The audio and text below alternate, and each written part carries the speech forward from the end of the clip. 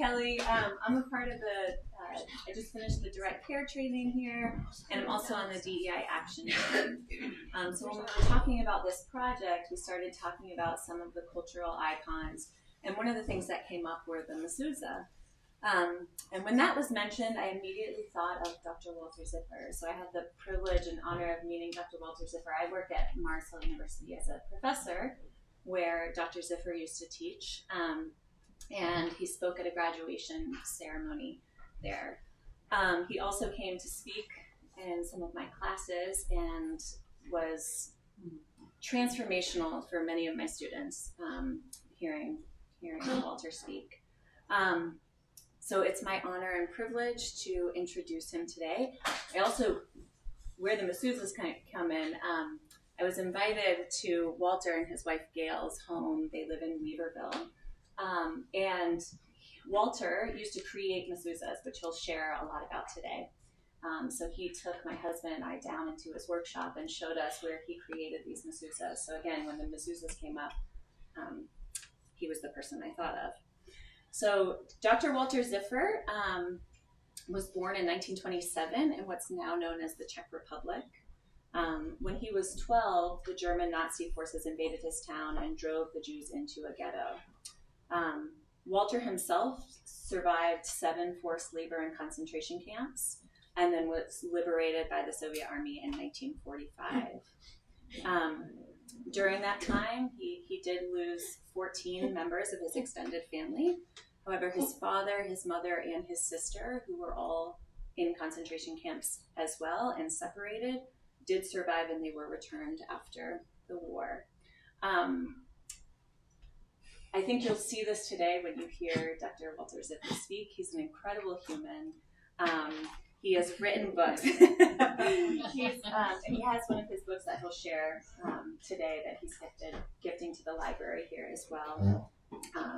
Lots of extensive experience in speaking in colleges, seminaries, churches, synagogues, town halls, the list goes on, now CCLD. And again, I think most people who hear his stories and see who he is as a human walk away changed. So I really appreciate you being here. It's such an honor to have you join us here at CCLD. And yeah, Dr. Walter Ziffer.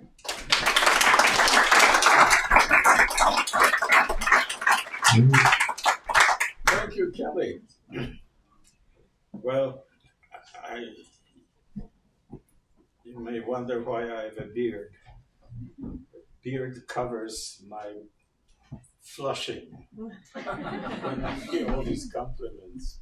That way I feel more comfortable. Anyway, what you're doing is so very interesting and important. And I wondered whether to accept this. I'm 96 years old, so I don't know how much time there is for me to continue my work, both up here, both with my hands in my wood shop. But what you're doing is really fascinating, and I'm looking for the tour that I'm going to get afterwards. Now, I've gotten a lot of compliments here from Kelly. I do want you to know, and I mean this totally honestly, that, and you don't have a beard now, so it won't be a problem. You'll have a problem. Without this lady, I really wouldn't have been able to do half of what I'm doing, maybe less than that. This is our second marriage. Gail has 2 daughters. I have 4 children, 3 girls and a boy. And some live close by. The farthest away is in New York City. And I think we've succeeded with our children. They're all good kids, intelligent, well-educated. And so I'm proud to tell you that. So I'm wondering what to talk about today. And you heard the story about my being in 6 or 7, however you count these concentration camps. And that's too much for half an hour. I can condense 3 years in concentration camps and another 4 years under the Nazis in my hometown. So that's impossible to really somehow help you to understand. And some of it I don't understand myself, to tell you the truth. It's crazy stuff. I sometimes wonder how I've survived when all these people around me died. Sometimes, in my view, sometimes people just in our family disappeared. I was telling Gail today, I think it was, this boy of an uncle just disappeared. And these are terrible things, and I get quite involved in talking about it. So, furthermore, I was interested to hear about you're being interested in symbols. So I'm Jewish, was born to Jewish parents, and I brought some of the symbols, which I explained on many occasions to other groups and to classes that I taught in colleges. And so I decided to go through these symbols first. I'll see, I'll try to finish this in half an hour. And then if you have any questions about the concentration camp experience, feel free to ask these questions.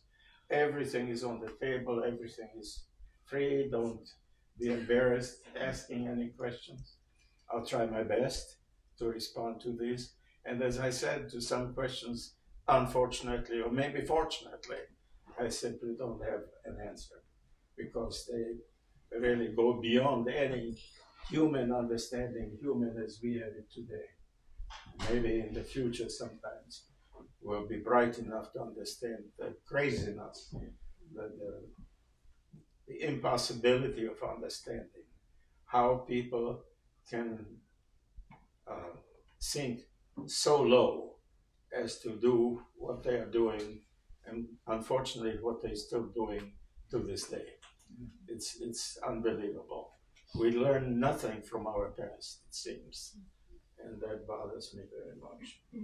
So anyway, here are some samples. As I said, I'm Jewish. So let me begin by saying that our major symbol is a Torah. Has anyone here seen a Torah scroll? A good many of you have seen it. A Torah scroll is about that tall, has two handles, and it's made up of a continuous running band of material, of animal material that's been prepared for people, for a scribe to write on. And you can you can unroll and roll it by turning the handles. Being a woodworker, I've repaired some Torah scrolls whose handles broke off. How that happened, I don't know, but I was able to do it. So anyway, what's a Torah scroll? What does it contain? It contains the first 5 books of the Bible. It's called in Hebrew Chumash. Chumash stands for 5, basically. Chumash, 5/5 of the Bible is what it means. And so it's from Genesis to Deuteronomy. It has to be written by a scribe. It's beautifully written as a rule on parchment, and it's sewn together from different pieces of parchment that I attach to each other and then rolled up. Okay, so you do not touch this, preferably with your fingers, because we have acidic material on our fingers, so we don't want that to ruin the writing itself. And so there's a yad that we use when we read it, when the reader reads it. A yad means hand. It's a silver or other material. I've made them out of different woods. Piece of wood turned on a lathe, has a little hand at the end, and you just go from right to left, because Hebrew is written from right to left, as are other Middle Eastern languages. Some languages are written vertically, so forth and so on. I don't want to go into that, but that's what a Torah is. And the Torah is divided in such a way that every Shabbat is Sabbath, right? The Hebrew term, a certain portion of that is read. Now, if you have a brilliant rabbi, he can discuss that particular passage. If he isn't so brilliant or doesn't like that approach, he can take something else and discuss it. And the reading itself is done by lay people. I've done a lot of it in my time when I was active. And it's interesting to read Hebrew. If anybody here would want to study Hebrew, you can learn how to read Hebrew without understanding what you're reading, but pronouncing correctly, probably in a couple of weeks. It's not a big deal. It's like any other alphabet that you can learn. Once you learn it, Latin in particular, you can learn. You won't know what you're reading, but it sounds pretty good. So much for that. Okay, that's the Torah. It's kept in an aron, in a cupboard in the synagogue. It's pulled out. And there's some special movements that are involved, etc., etc. Lay people are heavily involved in Jewish worship, regardless of what part of Judaism you belong to. That's the part that attracts me, that it's not limited to a class of people that's somehow above the rest of us. Okay, so that's the Torah. Let me see what else I've got here. There is a symbol that is a time symbol, and that's the Sabbath. Very, very important, and it's really the most important time in Jewish life. The Sabbath is the seventh day of the week. God supposedly created all this in 6 days, and then even God gets tired. So God has to lie down probably and take a nap. I don't know what his wife does. It's an interesting thing to contemplate. I've contemplated. And you're laughing, but in excavations in the Middle East,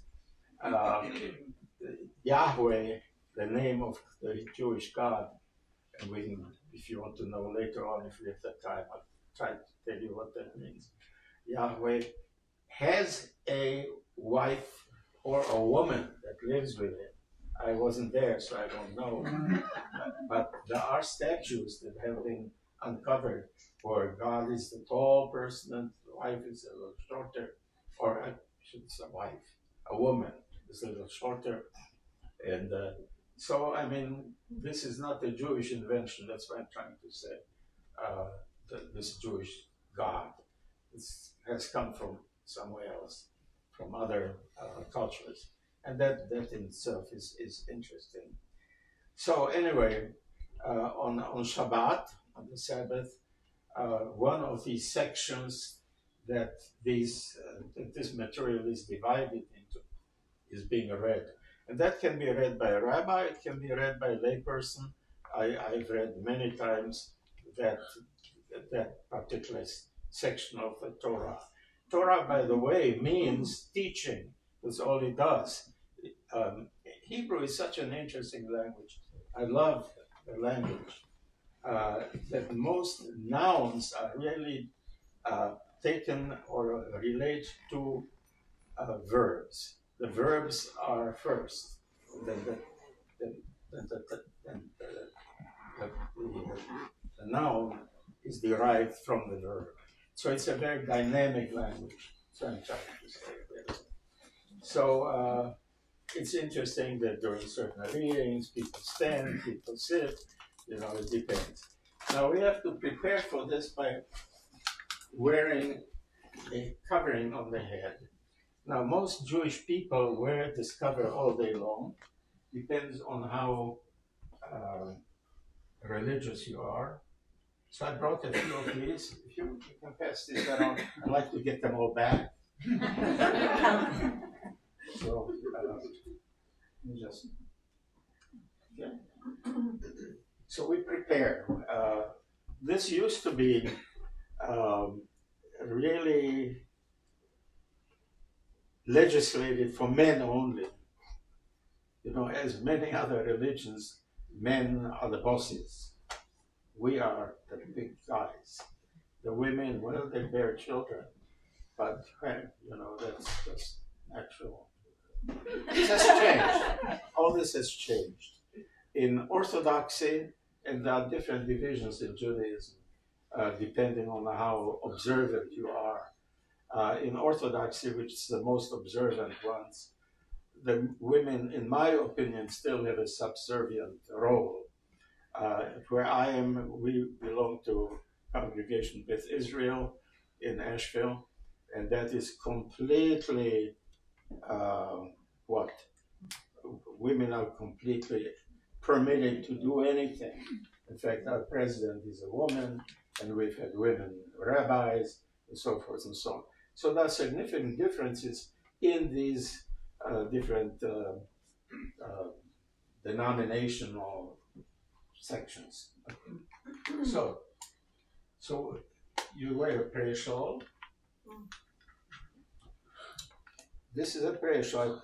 When we lived in Maine, I taught Hebrew to some of the people there, and one of the ladies who, what you call a woman that makes stuff like a weaver? Yeah. Okay, she made one for me as a gift. It's very pretty, it's very beautiful. You wrap that, of course, around you. Gee, look at that. To break it. That's all right. Annabeth.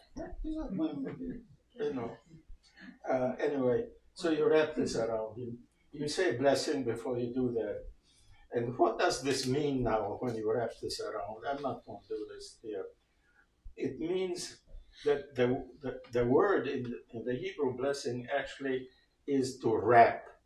So this represents God, or the higher power that some of us prefer to deal with rather than Christian or Jewish gods, etc. So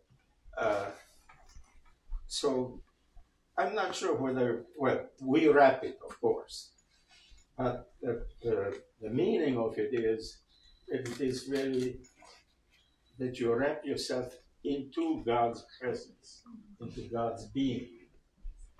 God sort of surrounds you completely. And some people who wear this, even during the worship services, put this over their heads during certain prayers because it keeps the world out.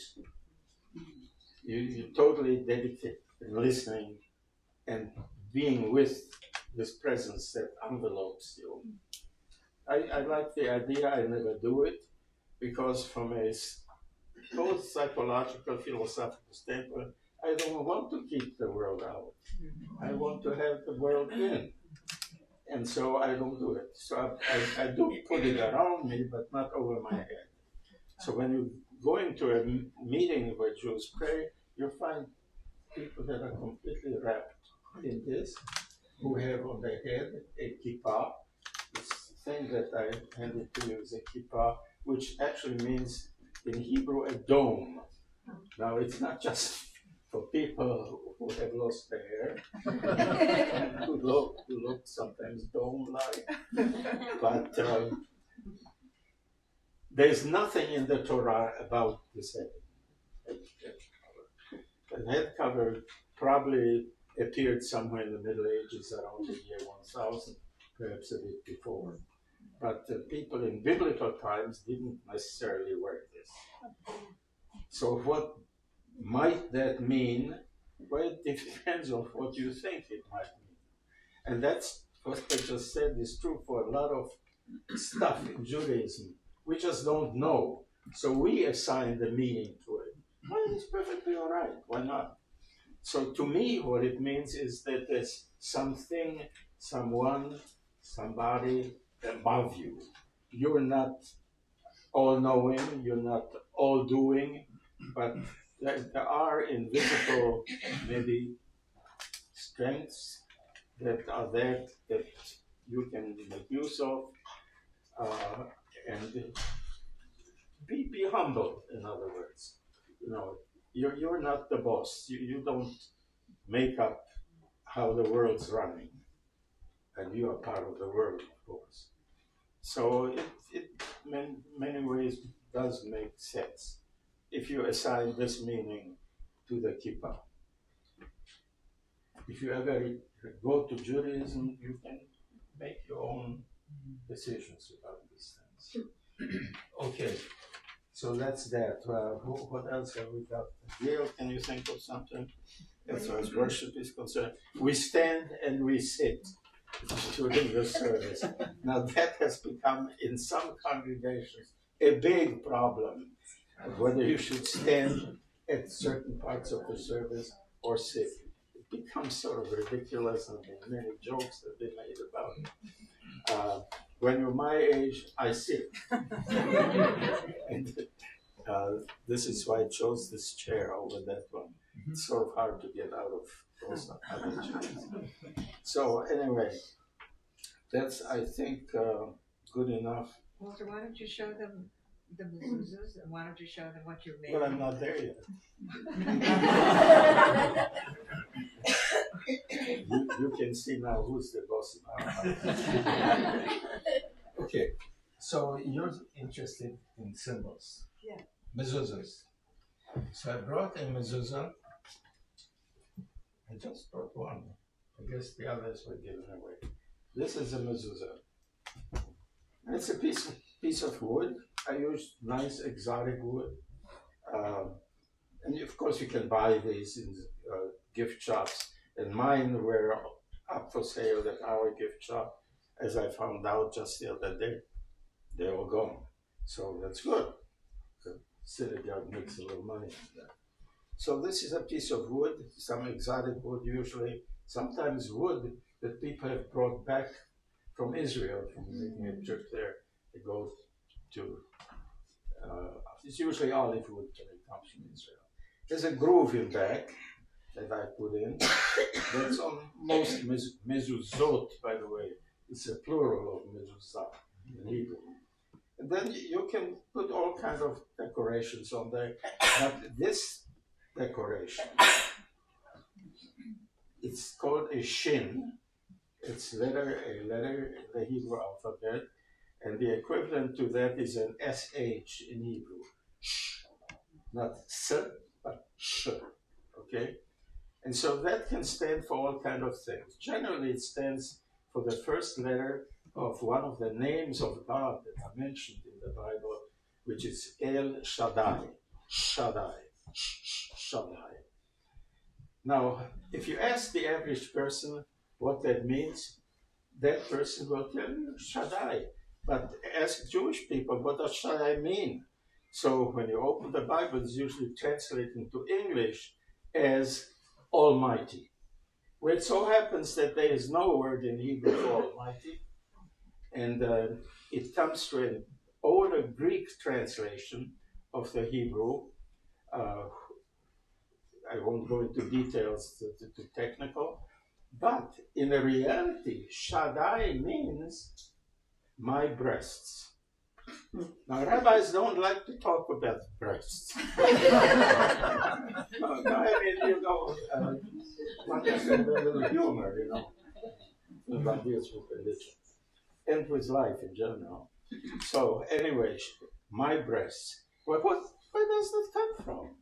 Well, it comes from a very interesting source, because the god of the Nile in Egypt is a god by the name of Hapi, Hapi, and when he is pictured on walls in Egypt, I've seen that myself, I've been there, it is a man with pendulous women's breasts. Now, why breasts? And why Nile? because the Nile once a year overflows and makes the overflown area fertile. Thank you. My wife helps me with English. She's much better in English than I am. So anyway, so it overflows. So what does that mean? It means fertility. And women's breasts, of course, also mean fertility. How are babies fed? That way. And so I think, and I've never read this anywhere else except my own writing. So I think God is seen as the source of fertility. I can accept that. I'm not a very religious person, but that I can accept. That fertility, right? That's why we're here, and that's why we're alive.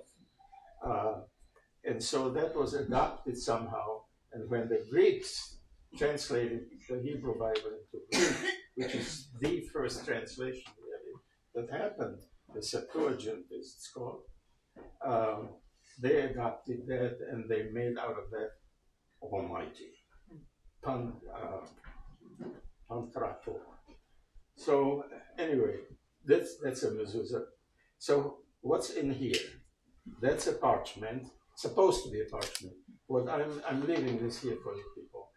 But this is paper. That's just a photocopy of a parchment. I don't have any parchment. You can buy a parchment if you want a real thing.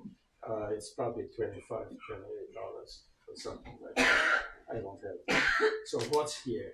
These are two texts from the Bible, from the book of Deuteronomy and from the book of Exodus.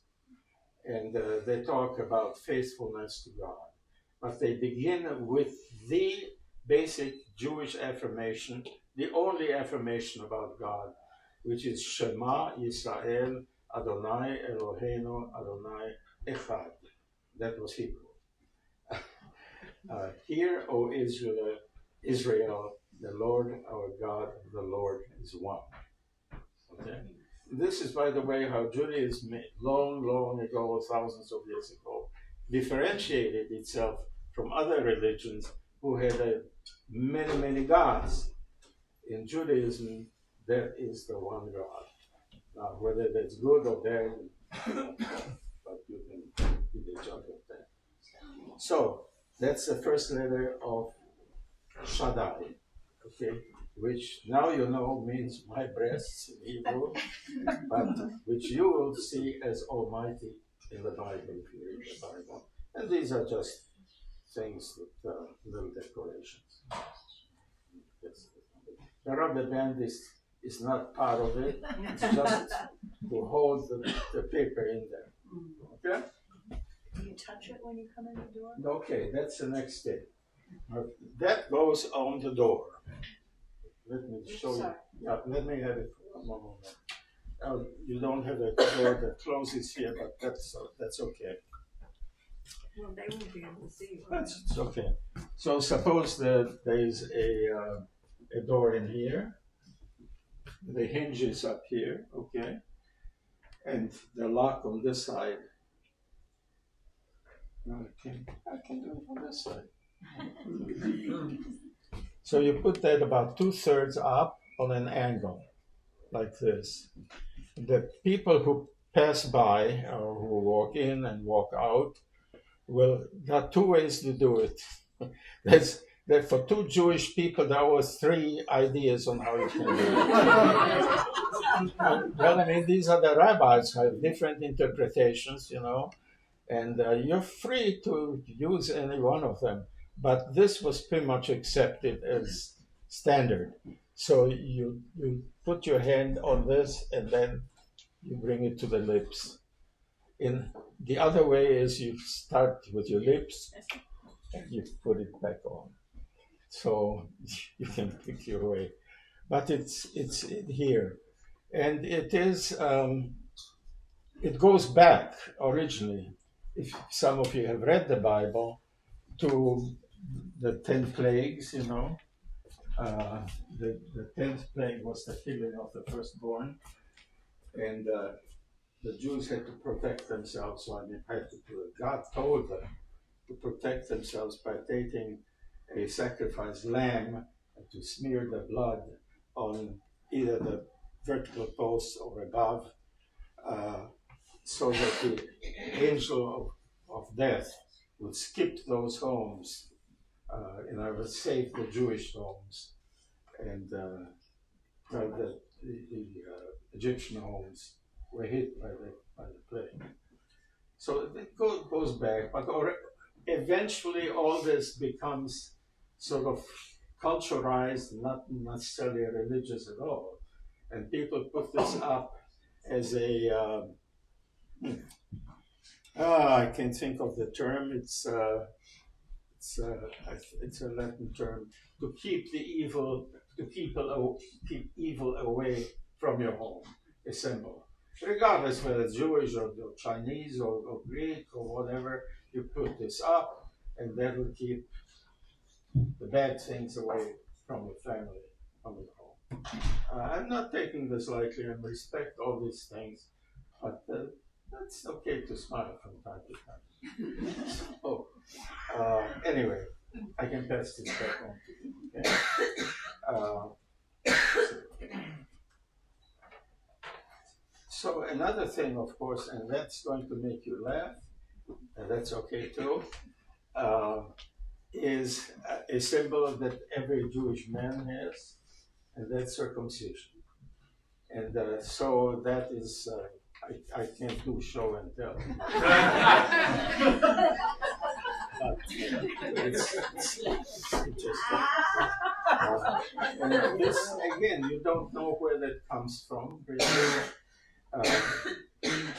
It's you know, the Hebrew text in the Bible, when it talks about the covenant, which is basically a contract between God and the people and the God of protection, etc., etc., etc. The Hebrew term is to cut a covenant. So it's very strange. I mean, nobody really has understood that. How do you cut a covenant? And some people relate this to circumcision. I don't know, because in other cultures, not just Jewish, circumcision was practiced actually, very often for medical reasons, to avoid cancer of the penis, stuff like that. So anyway, so that's another symbol. Shabbat is the Sabbath. That's the most important. Some say the most important, the second most important holy day or holiday in Judaism. And Shabbat can be brought in, can be welcomed in a home or in the synagogue. And Shabbat in the liturgy is understood as a queen that comes. The queen, you know, some of this has sort of not so Jewish backgrounds. The Queen of Heaven. The Queen of Heaven is not exactly a Jewish concept, but Shabbat has taken this over seemingly. And so when we go on Friday night to synagogue, there's special songs that we sing. Some of them very beautiful, I think.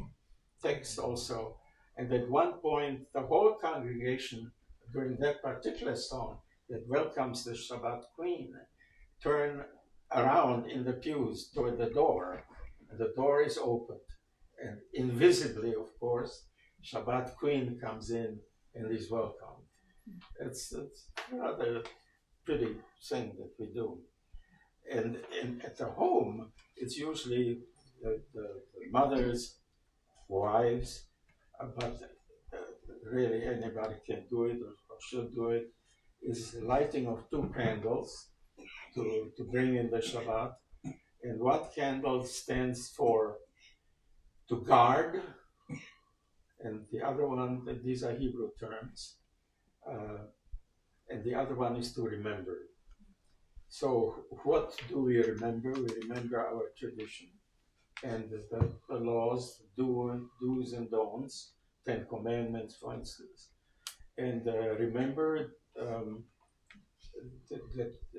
the tradition in general, what do you do? In other words, faithfulness to the laws and to God. So again, very few Jewish people will know that, but you will know it now, that this stands for two words, Shamor and Zachor. Shamor is to guard and Zachor is to remember. So that brings in the Shabbat. So also when we come to the end of this Saturday, we have to say goodbye to the Queen. We don't open the door anymore or anything like that. But what we do is there is a special liturgy there. And here, I need to show you something. Here. I have to hand this on. Candles are lit very often for any festive ways. Now this is a special candle. It has four, what you call these things? Braids, thank you. And I think there are four, maybe there are more. Some candles are different from others. They go into a candle holder that has a hole like that, and it goes in here, okay? But why the several braids? Oh, several braids because in Judaism, you know, it's not in certain other religions where you have to believe in certain things. It's fairly loose. You can accept this and reject that, or reject that and accept this. God, of course, you accept always, supposedly. But so this gives you the idea of many in one. Isn't that something like that on our pennies? Yes, something. So it's unity of diversity and unity. So that is this. Can I hand this over to you? I made a little chalice. I turned a little chalice out of wood here. And as I said, we drink a few drops of wine or a whole glass of wine whenever it comes to religious kind of ceremonies. Because wine is the symbol of happiness, as long as you don't overdo it. It's not so popular. But, you know, it's the fruit of the wine is, there's a special blessing for that. So this. And then this is interesting. This is my design. You can get this in different designs. This has a little glass insert in here. And you put in Something that smells a little Spices. a good smelling spice. And that's up to you what you put in. It's got holes in here. And so as you leave the Shabbat, which was the highlight, you rested up, you studied, you were with other people, fellowship, hopefully fellowship with God also. You take this with you as you leave Shabbat. You smell it, you pass it on to the next person. Can you smell it? Mm-hmm. Yes. But it's cloves, maybe. Yeah. Cloves, yeah, thank you. You know, I've been in this country since 1948, but as I get old, my vocabulary shrinks. And it happens up here, unfortunately. Okay, so that's that. I think we should just tell them now about Hever Kadisha. What? About Hever Kadisha. Well, nothing. Yeah, that fits in here. So I read some of literature about what you're doing, and of course, the name of the group is what? Center for Conscious for Living Conscious and Dying. Living and Dying. So let me say just a few words about dying in our tradition. There is in most congregations a group of volunteers who call themselves Chevra Kadisha. Chevra comes from Chaver. Chaver means friend. And Chevra means friends, little group that sticks together and does something. And Kadisha means holy. So it's the holy group, the holy association. And it is these people who volunteer to prepare the people for death and for dying and death. So let me just talk about death. They will either come to your home or do this in In the synagogue? Funeral home. no, not in a synagogue, but Funeral home. what? In a funeral home. Yeah, in a funeral home. Thank you. Who wash the body again ritually while prayers are being said, and then put the body into a shroud, a white special shroud, and put it then into a wooden box. Now the interesting thing about the box is that every Jewish person is buried in the same kind of coffin. And it's made of wood, there's no metal in there. It's simple. Sometimes it's covered with a black shroud as it's brought into the synagogue or to the burial ground before it's put into the ground, which is symbolically, of course, the meaning of it is that in death we are all leveled. There are no rich, there are no poor. God doesn't look at bank accounts. And so that's a Chevra Kadisha. At the funeral, between the death and the burial, we are asked to be shomrim. And shomer means to be a guard. And so my wife and I have done this several times. We go to the funeral home and we sit with the coffin. It's closed. There is no open burial in Judaism. It's all closed, but that we are guarding the dead person. What are we guarding? I mean, this goes back centuries and centuries. So there are evil spirits that take advantage of a person who is dead and who might be doing some unwelcome things. So we are there to guard the body, as it were. Now, whether you agree with it or not, I think that's really a beautiful sort of custom. And then the body is taken, of course, by the funeral people and taken to the cemetery. The cemeteries are set aside for Jewish cemeteries. That was somehow, by prayer, set aside. Sometimes in a regular cemetery, a portion of it is bought, I guess, originally, and set aside for Jewish burials. I've buried a lot of people when there's no rabbi around, which has happened in our congregation. I did a lot of funerals, and getting the casket into the ground. There's a pile of dirt there, obviously, and people take a shovel of it and throw it on the casket. So have I missed anything? No, I think maybe if you want to, if you're finished with the symbols, maybe you want to ask if they have any questions. Well, I'm not finished yet. No, there's one thing that I've skipped, really, and I simply forgot. And that is the tefillin.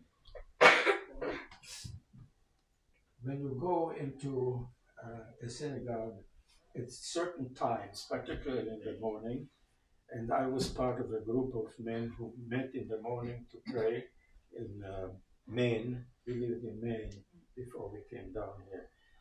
You have what's called in English phylacteries. Have you ever heard the term phylacteries? No. You have just two people here. So what are phylacteries? there are phylacteries for head, shel rosh, rosh in Hebrew means head, and shel yad. Yad means head and means arm and hand. So I'm not going to do this because I have to take off my sweater. But we can undo one of these. So this is the one shel yad for the hand. So these are little boxes. Anybody seen this before? Mm-hmm. Yeah, just a few people. So this is a box, a leather box, which also has a shin on it. Again, the same shin that most people don't know what it means, but you do. And this is for the head. This is put on with the straps. No, I'm sorry, that's for the hand.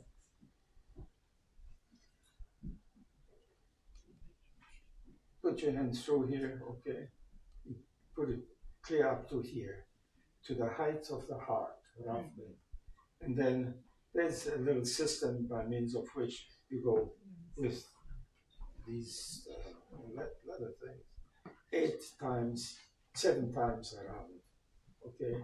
Again, 7 is a holy number in Judaism because of creation in Genesis. And so that stays up there, and then you end up with this thing in your hand. So temporarily just wind it around. Then you put that one on, we'll just keep it wrapped. It has a loop on it too, and it goes up here, okay? With 2 of these streamers hanging down here, and they just hang there. So when you look back here, this was hollow, and it has, I don't know what the material is. It's sewn in, as you can see. We'll hand this around. And that's again, little pieces of scripture in there, similar to what's in the mezuzah. Slightly different texts, although one text, the Shema, Hear, O Israel, the Lord our God, the Lord is one, is always on always. And the others, Deuteronomy. You know, a lot of these texts harken back, as it were, to the Exodus, because that was the big moment when the Jews were freed from slavery. So we should really have lots in common with people in this country who remember slavery much better than all of us here do. But historically, there's a similar story there. So these are phylacteries, and they are put on in the morning usually. In Israel, in certain congregations or cultural groups, people wear this all day long. And I think in old times, biblical times, this goes back not to biblical times, I take that back, but possibly to, how shall I say this, maybe to the year 1000 BC. Well, that's still biblical, of course. We don't know some of these things. They are given to us by culture, passed on, and few people are really interested in trying to see what the origins are. But what would be the origin, in your opinion, to have one up here between the eyes? I'll give you a text then that will talk about this, and the other one on the arm next to the heart. What would be the connection, in your opinion? Speak up. Don't. If you're wrong, I'll tell you. Strength and wisdom. Pardon? Strength from the arm and wisdom from the head. Strength for the arm and wisdom for the head. Well, I think you said it. I mean, most of what we do originates where? Up here, right? And then there's a connection then between here and what we do. And so that represents origins and the actual action that we take. Living, in other words. What kind of quality of life are you going to have? that depends on what happens here, perhaps through education, perhaps through learning from your parents, perhaps from whatever, observation, and the rest of it you do. And doing, the symbol for doing are your arms and your hands. So you see Jewish people, you know, I haven't seen any young people, I have to admit that. But in Maine, I belong to a group like this. And every morning I drove, I don't know how many miles, to be with that group in the synagogue, and we prayed together. I find that quite interesting and sort of, I don't know, growth invoking or something like that. I don't know. So these are phylacteries called tefillin. It's interesting now, the word, I wish I had a blackboard here to show you this. The word for prayer in Hebrew is tefillah, and it's a feminine word. So tefillin then is something that you can hold in your hand, an object that relates to prayer and that facilitates perhaps either mystically the transfer from here to here, or just in an interesting way, it just shows you why we do this by using these movements and these boxes and what's in them. Because, you know, I do want to tell you something. I'm an Old Testament scholar, and I had a wonderful professor whose name was Herbert Gordon May, who was an archaeologist who did a lot of archaeology for Yale University and then for Oberlin in Israel. And so Old Testament professors and doctors and all kind of professional people have national get-togethers or international get-togethers where scholars share their ideas of what they've learned. And so, being a favorite student of Herbert Gordon May, he invited me to some of these meetings. And one of these meetings was in Rome at the Vatican. And there he knew one of the he was head of the Department of Catholicism and Judaism, something like that. And so he introduced me to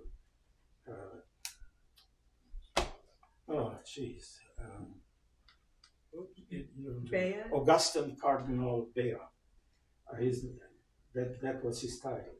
Augustine was his name. Cardinal Bea, B-E-A. He's written all kinds of things. And he said, we made Walter here. Walter Ziffer is interested in Jewish-Christian dialogue. And Cardinal Bea took me by my elbow and took me aside from all those scholars that were chanting. And a lot of noise and took me to a quiet corner. And he said, young man, you understand in Jewish-Christian dialogue. I want to tell you something. I said, yes, sir. I was very, very intimidated. He was a very short man in a red kind of coat with a big hat, etc.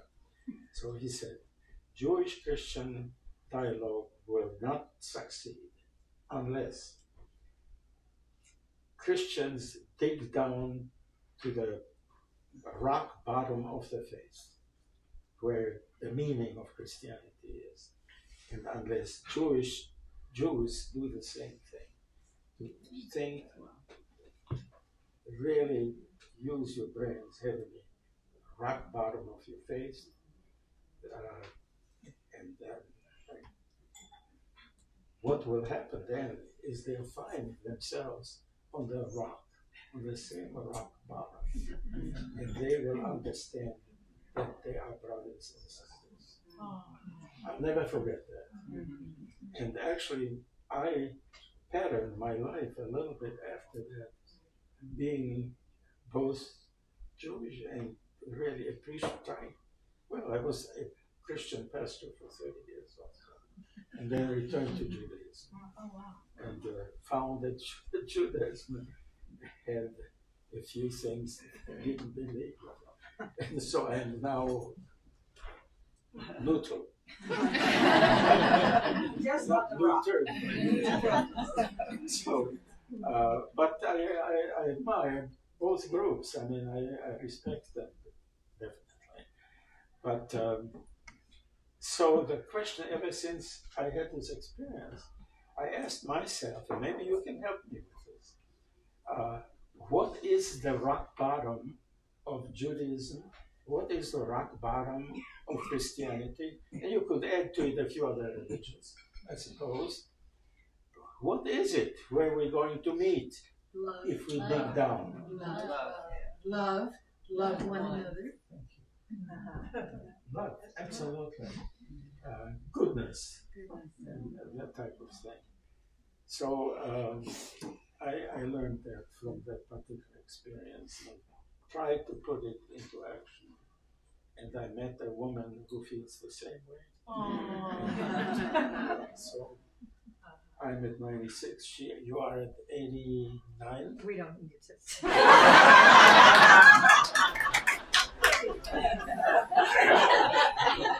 So anyway, we're there. But I think it was a really a remarkable thing to say to me, and I'm very grateful. And he has died since then. He was considerably older than I am, of course. And so anyway, these are some of the symbols. Have I missed anything? I don't think so. Oh, here are some pictures of mezuzot that I made. I think that's those. I probably made maybe 200, Wow. 300. And if you want to know about my experiences in the Holocaust, I wrote a book a few years back. It's called Confronting the Silence, a Holocaust survivor's search for God. And Did you bring some with you? yeah, that's for you people here. But you can buy this book at the Grove Park Inn. They've been selling it now for a good many months. I don't know just how long. But there are some pictures in there also of my family, of my dad, of my mom, my sister. And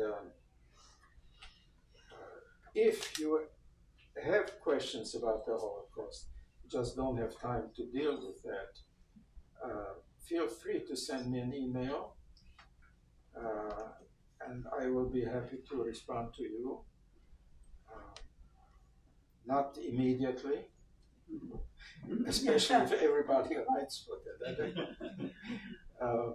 but within a week or so. And as I said, some questions with regard to the Holocaust are in my opinion, unanswerable. I mean, the viciousness that, although you still see it now, today, taking place, this viciousness, this anger, this misery that people spread over the world, you know. So some of that I do not understand. I've dealt in lectures and having studied the reality of evil.